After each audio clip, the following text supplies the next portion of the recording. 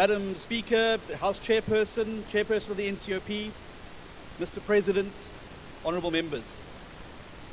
South Africa is in a crisis. For 10 years, our population has grown faster than our economy, making us poorer. We have the highest unemployment rate on earth, and that has now been the case for decades. Violent crime still destroys the lives and livelihoods of our people at a terrible rate. 70 of our fellow countrymen and women are murdered every single day. Our education outcomes continue to steal our children's futures, and positive progress is slow. 8 months ago, the Democratic Alliance entered the government of national unity for 2 reasons.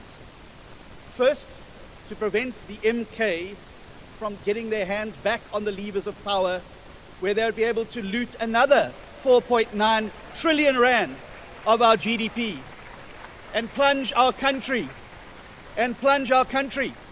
into another 9 wasted years, where it wouldn't be the school children, it wouldn't be the poor that benefit, it would have been the same old elite that ate out of the trough of the public purse and have led our country to where it sits today.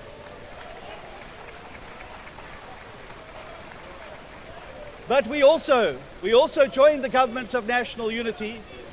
We joined the government of national unity so that we could play our part in helping to turn South Africa around. To turn the tide. Honorable Steenhuisen, please take your seat. Honorable members, for the last time, once again, I'm pleading with you. Don't drown the speaker on the floor. Over to you, Honorable Steenhuisen. We joined the government of national unity to turn our country around so we can finally turn our back on the looting, the corruption and maladministration that typified the 9 wasted years under President Jacob Zuma.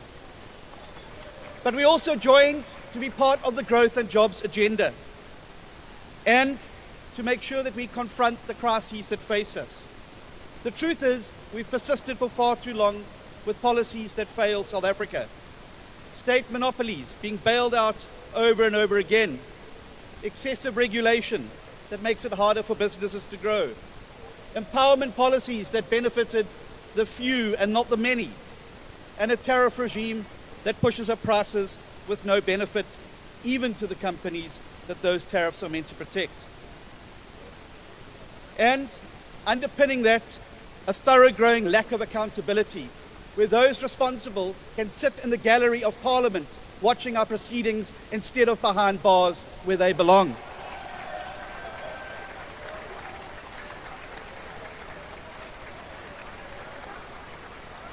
Worse still, in the face of this crisis, we've yet to respond with the urgency and determination to make a clean break from the past and to set forth boldly on a new path of success.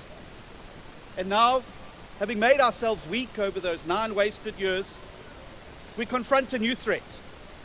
US tariff barriers, potential threat of AGOA, and possibly even sanctions by a regime driven by an administration that will put America's interests ahead of ours. And make no mistake about that. And so what do? When a country faces a crisis, it needs to unite and navigate the threat. And that is what we must do now. And the GNU must practice what it preaches. And that is why, in a variety of portfolios, we've taken a decision to focus like a laser beam on growth and jobs. And that was what the President set out in the Sona. I was in Ceres yesterday to mark the first shipment of South African apples to Thailand in 16 years. Just one example of how this government is opening up new markets for our agricultural products. Solly Malatsi's ministers on a mission to get fast, reliable broadband into the hands of millions of people in rural areas. Dr. Schreiber opening South Africa to skills and to tourists. Minister McPherson fast-forwarding infrastructure projects. Honourable Minister Garube focusing on long-term education excellence through a strategic reorientation. And Minister George ensuring regulations to enable sustainable growth.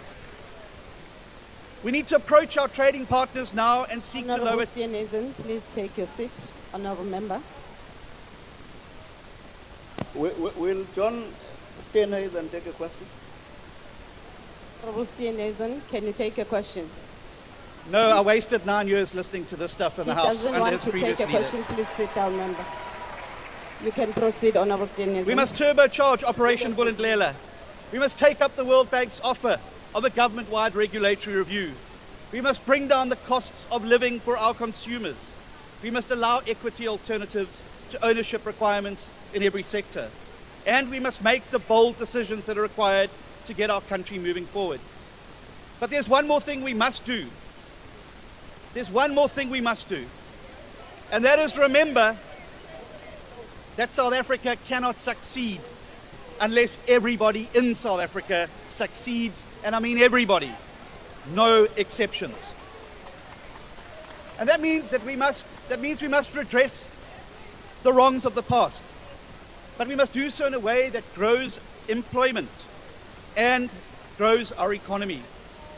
It makes no sense, for instance, that 30 years of transformation has occurred alongside a 50% increase in unemployment. We cannot redress the past by compromising the present or sacrificing the future.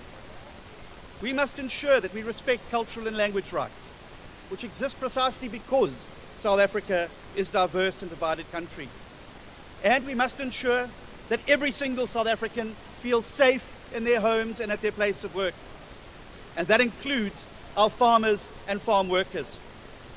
The dismantling of the rural safety units was a catastrophic mistake, and it opened the door to a collapse of rural policing and the targeting of our farmers and farm workers of all races by violent criminals and syndicates.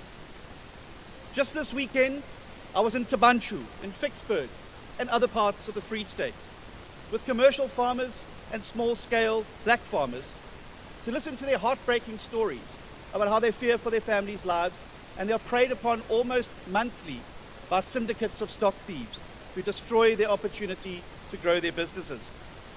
Cases get open but are never investigated. They know who is responsible but cannot secure arrest or conviction. This situation cannot go unaddressed. And as a result, in my capacity as Minister of Agriculture, I'm announcing that we're going to work with the sector to design a comprehensive plan to combat farm murders, stock theft, and improve rural safety. I look forward to collaborating with the Minister of Police and the entire Justice and Security cluster to bring an end to the scourge once and for all. Madam Speaker, we live in times of both great hope but also great fear. It is time for us as leaders, the people of this House, to lead by example. We should seek to unite, not to divide. We should seek to build, Mr. President, not to break. We should choose to reflect the best of ourselves and banish the worst. Madam Speaker, we must recognize the moment that we find ourselves in for what it is, a moment of great danger for the people of South Africa. For if they fall prey to the historic revisionism that we've just heard from the Leader of the Opposition, they could lull themselves into some complacency that somehow things were better when those policies and persons were in charge. Nobody took more advantage of the people of South Africa than the leader of Wesizwe, even using their money to build his own house while people lived in poverty. And we must reject the revisionism, because had we had that 4.9 trillion rand that was stolen under Mr. Zuma, we would have schools that were working, clinics that were functioning, police and nurses on the streets, and South Africa would be a better place. But never you mind, Mr. President. It's up to us now to pick up the baton and to take this country forward. But it means that we need to do whatever we can to turn the economy around. The time for a break with failed policies is now. The time for a new approach Honourable is Minister, now. your time is up. Now is the You time. can take your seat. Thank you.